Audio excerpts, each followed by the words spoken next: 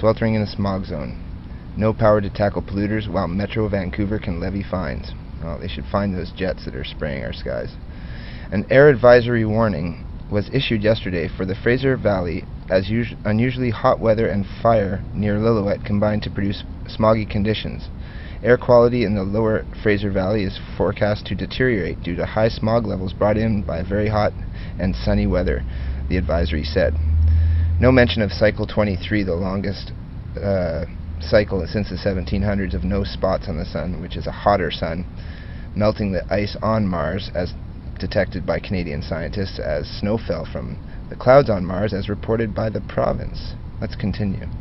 In addition, smoke from the Totten Lake fire has reached the lower Fraser Valley, causing increased particulate matter concentrations and haze.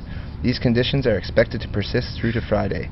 The alert came as the University of BC professor warned that air pollution in the Fraser Valley has reached levels severe enough to cause respiratory ailments and premature deaths. So this university professor has not been looking up in the sky and noticing jets leaving everlasting contrails and creating white sky fog haze pollution, basically, which I think is geoengineering and which the province in this article is covering for. So that's a disturbing piece of information. A lot of planes cause pollution in Vancouver as well, and they fly within 1,000 feet of the city, so they're not blaming the airplanes as well. Folks in Hope, Chilliwack and Abbotsford are mostly polluted in the past. It's a nasty problem, says Stain, who specializes in air pollution. The human health background level is reaching a point considered to have adverse human health effects, he said.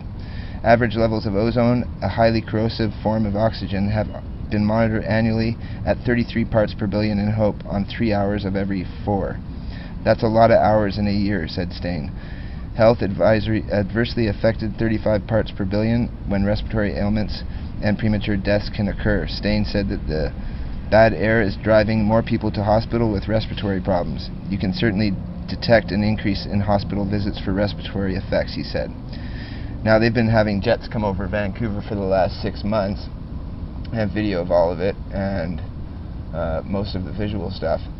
So this is definitely air pollution caused by the jets, and whether it's cloud seeding or geoengineering or what have you, or to convince us that we have a carbon tax coming, we need to hike, who knows? But I'm not even going to continue reading the rest of this article because it's just propaganda.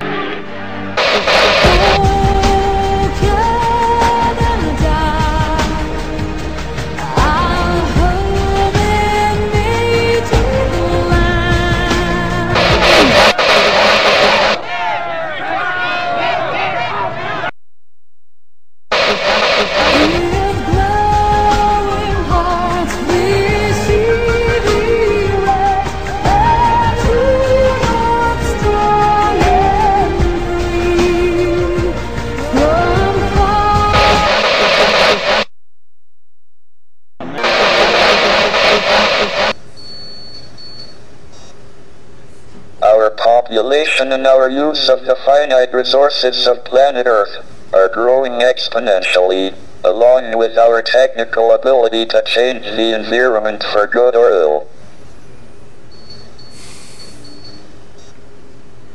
But our genetic code still carries the selfish and aggressive instincts that were of survival advantage in the past. It will be difficult enough to avoid disaster in the next 100 years, let alone the next 1,000 or million.